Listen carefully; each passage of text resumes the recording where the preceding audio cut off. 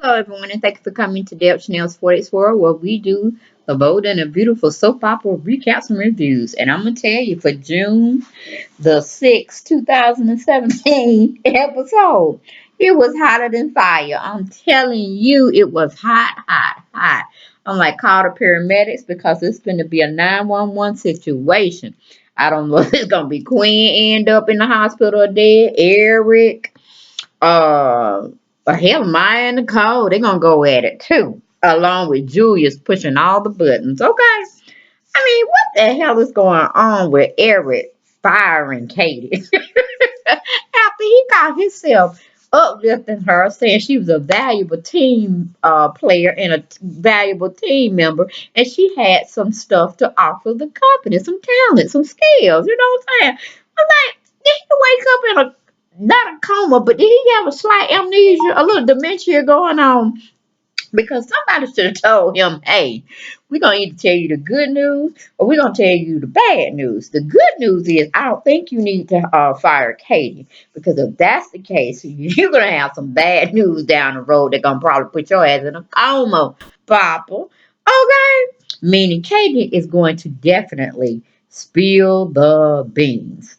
Now, I didn't get a chance to look at the episode prior to this one that aired today, which was June 6th. I got to go back to June 5th to try to ascertain what made Granddaddy Papa Bear decide to go and fire Katie.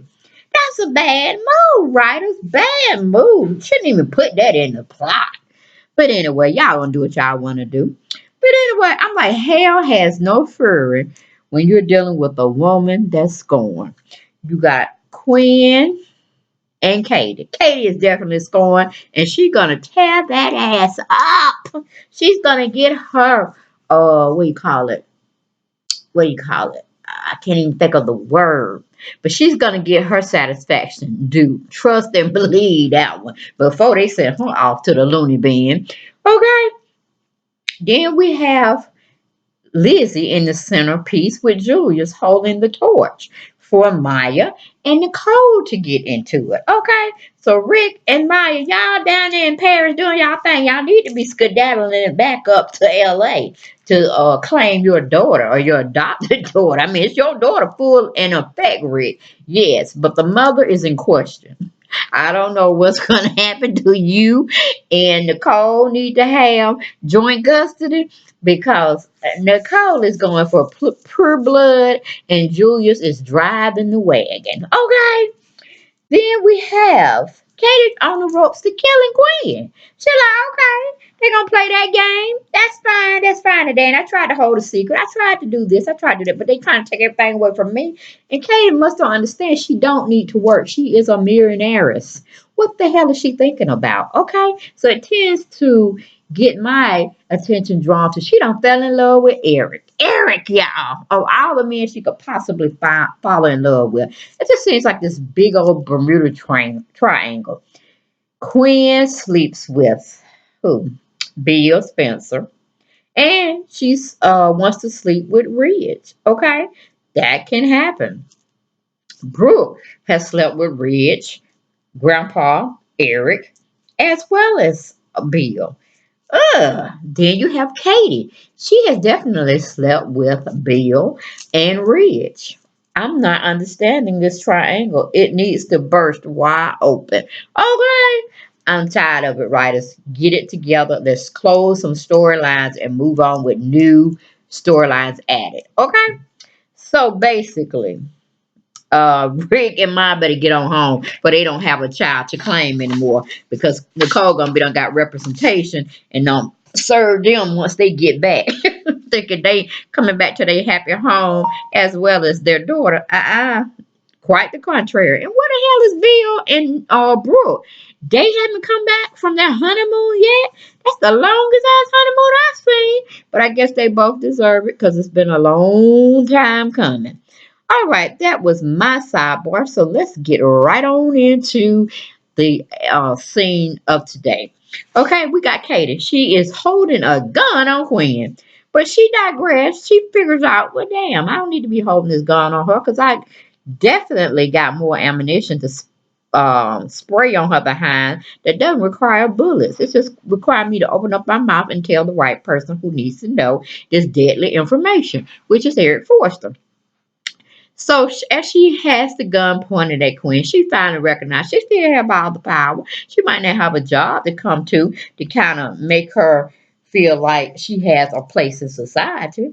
You know, she felt Quinn untook her job, her reason for living, getting up in the morning, being a dutiful, respectful person of society, you know, uh, and then she took her sister's husband, and she just don't really have any use for Quinn anymore. But she, like I said, digress. She puts the gun down and Rich comes in the door, sees the gun in Katie's hand, sees who she's pointing the gun at or was pointing the gun at, and he's kind of disturbed. I'm like, see the drama you have brought into the family, Rich? Have you seen the catastrophe of a mess you've made? People are coming unhinged in their emotional state of mind because of your lies, and it's just tearing everybody apart. Okay?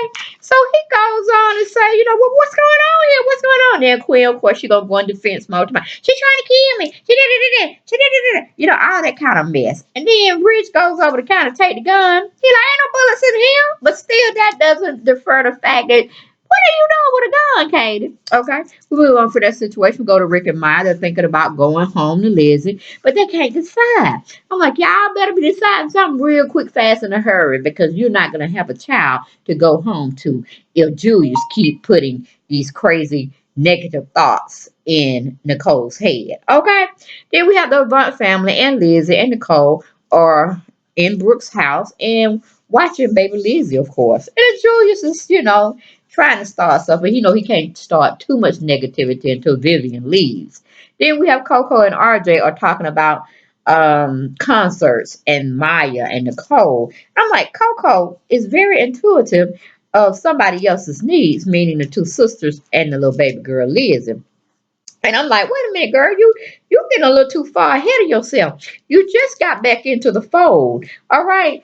Now you trying to run stuff? Huh? Don't be putting your 2 cents in, Nicole. I mean, Coco. It's not needed. All right. It is definitely not needed. And of course, Nicole was having your back at one time that you must don't know about, but you better go find out, honey, before you try to go up against Nicole. All right. Here we have Rick and Maya are talking about Nicole and her being a great caregiver to Liz while they're gone. I said, honey, she's finna assimilate her new title, the title she should have had from the beginning, which is Mother. Okay. Then we have Nicole has put Lizzie down for her nap, and she comes back downstairs to greet her mom, Vivian, and Julius, her dad. And they're asking Nicole, well, Vivian pretty much is, do you want me to stay? uh, do you really need me? Da da da da. She said, no, mom, you have a full time job. You have things to do. I know you need to get to work. She said, honey, I have vacation time. And I'm questioning myself, Vivian, why are you working? Why isn't Julius out there working? I mean, what is going on? Why aren't you in your house? Oh, I can't stand. Writers, I'm going to need y'all to pull up and put Julius and Vivian in a house, a nice house. Maybe not like the Foresters, but a nice house. She is definitely maybe starting her own business, something to that degree, because she shouldn't be working either. This is a faking fraudulent storyline. Get it together, writers. I'm tired of y'all. But anyway, we're moving on because Vivian's saying, okay, you don't want me to watch. I'm finna go and go to, if you and Zendaya are not going to be doing anything, which, you know, y'all should be, because I definitely can watch my granddaughter this, that, and third. And she said, nah, because Zendaya is basically doing some, what do you call it, designing. He's going to be working late, this, that, and third. That's what he want to do anyway. That's what he want to do. But anyway, she goes and tell her mom, don't worry about it. So Vivian calls herself, okay, well, I guess I'll go on and work. Moving on from there, we go back to Ridge. Ridge is trying to calm down Katie. He really thinks Katie is going to shoot Quinn or wanted to shoot Quinn. Ridge asks for the gun. Katie gives it to him. Katie surrenders her whole essence to Ridge. Ridge checks the gun out. He's noticed there's no bullets in them. Katie tells Ridge she got the gun from Charlie. He left it behind. So, of course, there was no bullets in there. She just wanted to scare Quinn. Quinn makes a remark about so far for her taking the news well, meaning Eric had fired Katie yesterday on yesterday's episode or whatnot, the fifth. And like I said, I didn't see it, so I had to go back and watch that one and give y'all my review on that one. But hell, Eric must have gotten amnesia somewhere or dementia, because I'm like, how you gonna tell this girl one thing at dinner and everything's kosher? Then next day you gonna tell her, oh, fire her, she don't need to work. I mean, Eric, she really wasn't working because she needed the money. She wanted the interaction, to be out amongst other people, to do something fulfilling. Something she never really tried. But I mean, she college educated. She could have got that marketing thing on tap. Damn, you just fired her and threw it to the wolves, honey. But you don't know what's coming your way, because she's gonna let you have it and then some. And let's see who you have a shoulder to cry on when that news drops at your doorstep, or your foot, I should say. Anyway, then of course, that's my slut from another mother, excuse me, y'all, is gonna call herself Minnie Queen, like she the victim. Like, no, Quinn, you have been the victimizer. Okay, you have been a villain in all of this, and then trying to throw your hand and hide it, like you ain't throwing no rocks, like you don't live in a glass house, girl. You bet. Oh, yo, oh. Why did y'all need to bring her down? I'm tired of her being so up and so, call herself innocent in any of this when she hasn't been. And Brooke was the main person that should have cut, we call it, pop the cork on this shenanigan of a storyline. And then went and married whoever she felt she needed to, which I guess was Bill at the time. She should have cleaned this shit up before she left and got married. But, hey, it's time for Katie to clean it up. Sweep it up, put it up, and wash it away. Okay? Then Quinn, I'm sorry, Katie leaves Ridge and Quinn to themselves to talk amongst themselves. Then Katie says she just wanted to scare Quinn, not kill her. And she makes reference to she can hurt her in other ways. And we know what other ways she's talking about, right, guys? Okay, moving on. We have conversation still being had by Rick and Maya about going home, and him going back and forth about this is a wonderful opportunity for Maya. Maya's getting into all the glory of becoming international supermodel and this, that, and the third. I'm like, man, you putting too much in her head, because you're gonna be losing your family behind. Okay, but we're gonna catch up on that storyline later on. We go back to Coco and RJ. They're talking over Nicole's actions towards Maya and Lizzie. Why is she trying to get up in the Kool-Aid and she not even family? I don't know why. She ain't, that boy's too young anyway to be trying to be thinking about marriage or any of all that, because she already said she need 10 years to have a baby. So I'm like, you might need 5 years before you talk about getting married, or making decisions or making conversations about family members who are already solidified in the Forrester family. Okay, moving on. We have Vivian. Like I said, she leaves Julius and Nicole to themselves to watch Lizzie. Julius and Nicole start to have a little talk amongst themselves about Maya and Lizzie, and how Maya should be watching and home with her baby, and how things may have turned out for the best.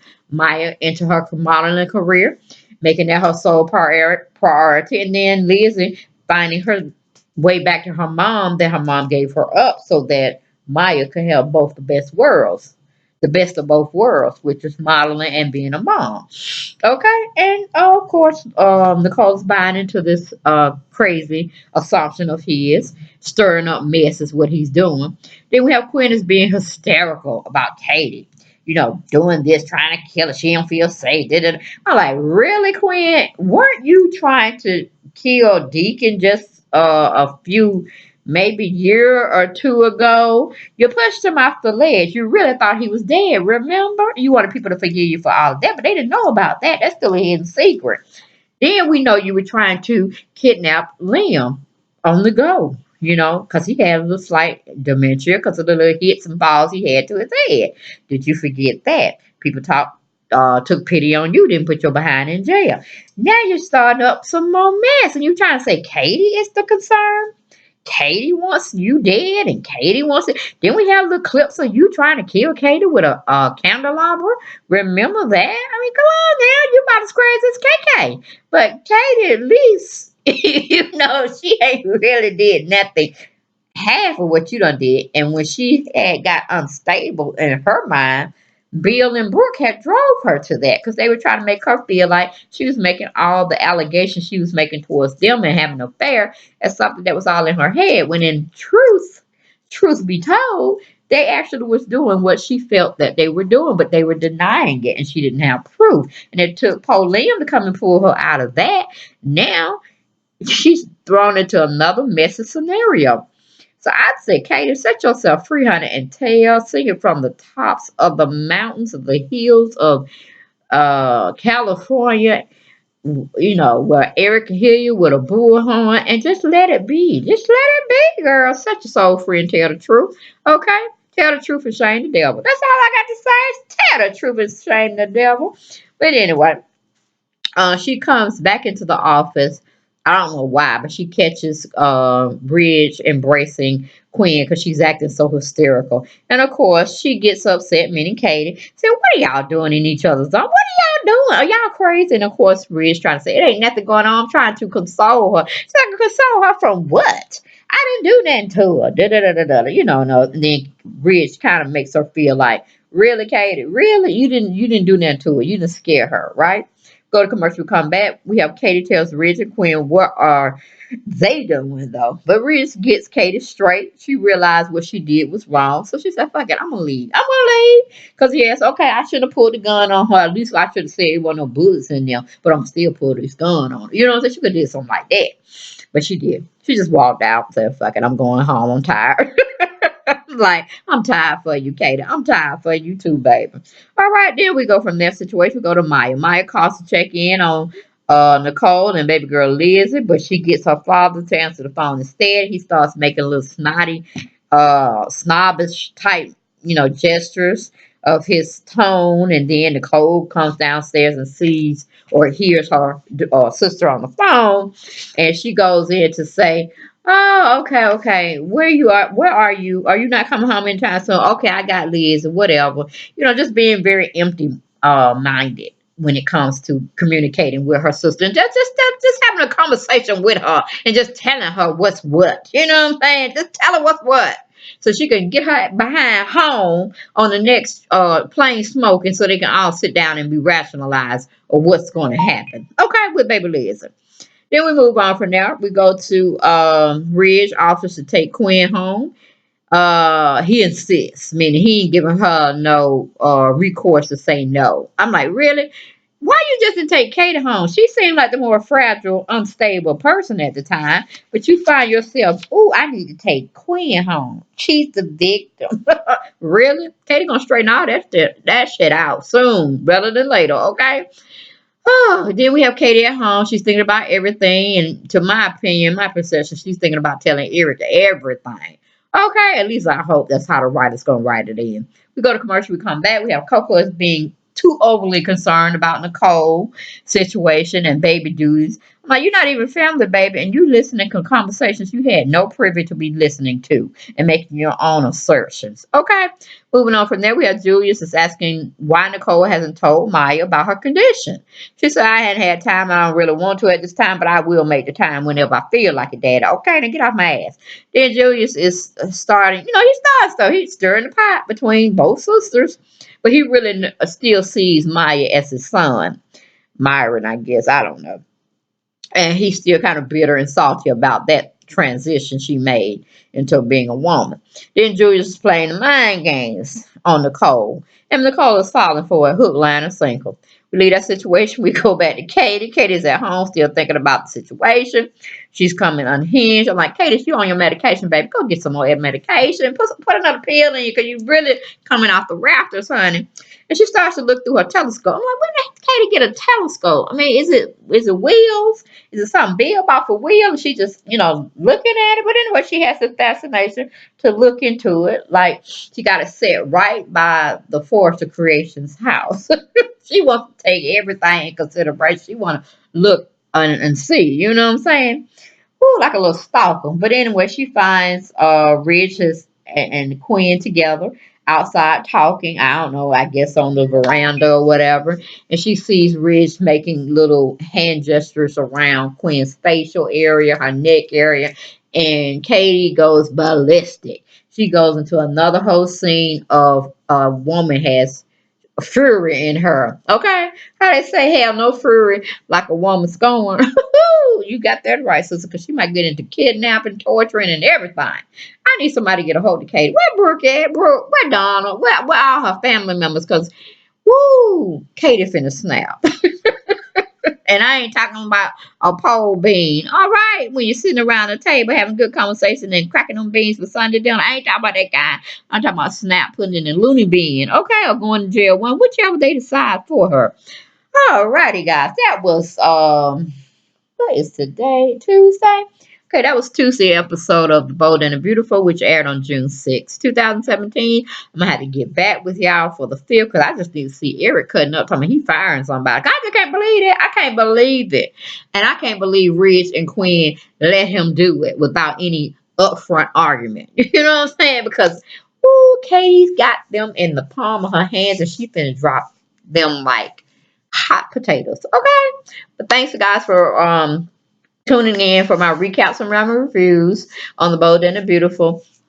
And y'all have a blessed day. Okay, bye bye.